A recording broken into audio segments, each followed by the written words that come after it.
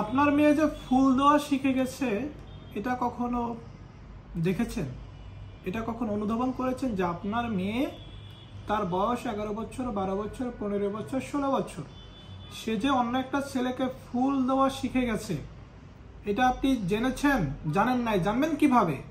মেয়েকে তো সে অল্প বয়সে, মেয়ের বয়স 11 বছর, 12 বছর, 15 বছর, মেয়ের হাতে আপনি একটা ফোন দিয়ে দিয়েছেন। সকল নষ্টের গোড়া হচ্ছে আপনার মতো অভিভাবক। তাকে কেন আপনি ফোন দিবেন? কেন আপনি ল্যাপটপ দিবেন? কেন তাকে আপনি ফেসবুক চালাতে দিবেন? আর যখন আপনার মেয়ে অন্য একটা ছেলের হাত ধরে চলে যায় তখন ওই ছেলেটার নামে অপহরণ মামলা করে দেন। এই ভাই, আপনার মেয়ে ফুল দেওয়া শিখছে কিভাবে? কিভাবে শিখলো? আপনি মোবাইল না দিলে সে ফুল দেওয়া শিখতো? সে ভালোবাসা শিখতো? সে আপনাদের মায়া ত্যাগ করে সে অন্য একটা ছেলের হাত ধরে চলে যায়, তখন ছেলেটাকে আপনারা বিপদে ফেলান, ছেলেটাকে আপনারা হয়রানি করেন, ছেলেটার নামে অপহরণ মামলা করেন। আপনি আগে আপনার ঘরটা সামলান। এত বাচ্চা বাচ্চা ছেলে মেয়েদেরকে কেন ফোন চালাতে দেন? কেন ফেসবুক চালাতে দেন? আমার তো মনে হয় যে প্রত্যেক গার্ডিয়ানকে জেলের মধ্যে ঢুকানো উচিত।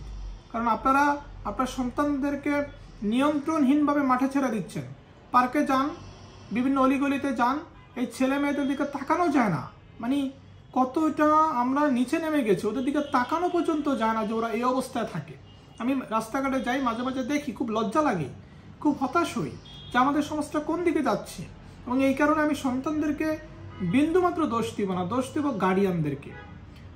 এই ছোট ছোট ছেলেমেয়েরা সিগারেট খাচ্ছে, প্রেম ভালোবাসা, মানে এই যে বারবার যেটা ফুল দেওয়া শিখে গেছে।